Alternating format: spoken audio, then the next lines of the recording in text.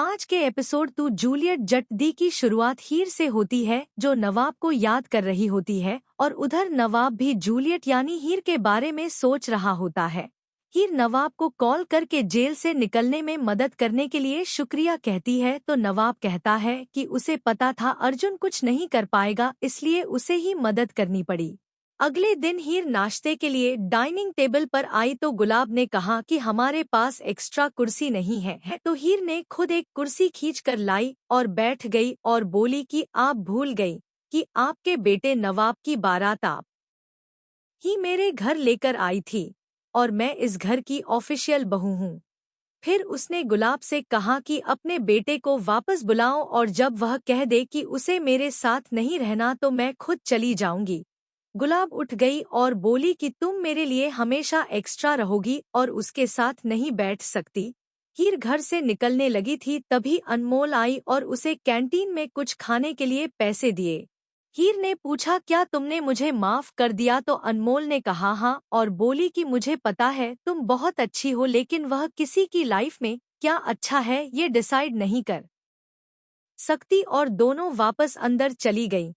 हीर college पहुंची और अर्जुन से बात करने की कोशिश की लेकिन उसने सीधा इग्नोर कर दिया। हीर उसे साइड में ले गई और बोली वह उसकी गर्लफ्रेंड नहीं बन सकती। अर्जुन ने पूछा क्यों?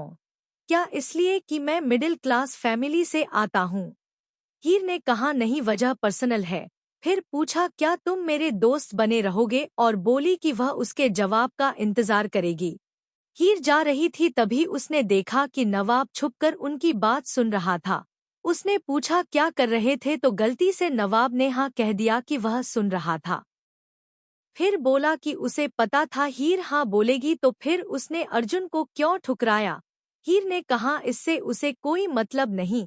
नवाब ने कैंटीन में अनाउंसमेंट किया कि आज की ट्रीट उसकी तरफ से है और अर्जुन को आइसक्रीम दी और हीर से रिजेक्शन मिलने पर उसे चिढ़ाने लगा और कहा कि तुम तो पहले से रिजेक्शन फेस करने की प्रैक्टिस कर रहे हो।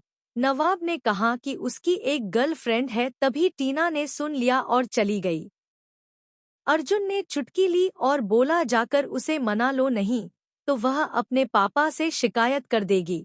उधर कॉलेज के बाहर छात्र लोहरी की तैयारी कर रहे थे जब नवाब ने फेस्टिवल वाले बैनर पर हीर संधू का नाम देखा और किसी से पूछा कि हीर कौन है पर उसे हीर नहीं मिली। आखिर में वह हीर के पास जाकर पूछता है कि क्या वह हीर संधू को जानती है क्योंकि उसका नाम स्टूडेंट काउंसिल में है। हीर ने कहा कि वह हीर तुम्हारी पत्नी से अलग है। नवाब ने पूछा तुम कैसे इतना यकीन से कह सकती हो तो हीर ने कहा उसे मत ढूंढो। हीर कॉलेज से निकल रही थी तो नवाब ने उसे देख लिया। अर्जुन ने भी हीर को फॉलो करने का सोचा और बाइक लेकर उसके पीछे चला गया और नवाब भी दोनों के पीछे निकल पड़ा। रास्ते में अर्जुन की बाइक फिसल गई तो नवाब कार से उतरकर उसकी मदद करता है। अर्जुन वापस चला जाता है और नवाब हीर के पास पहुंचता है जिसे वह जूलियट समझता है। उसने हीर जूलियट को अपने घर में जाते हुए देखा और अंदर चला गया।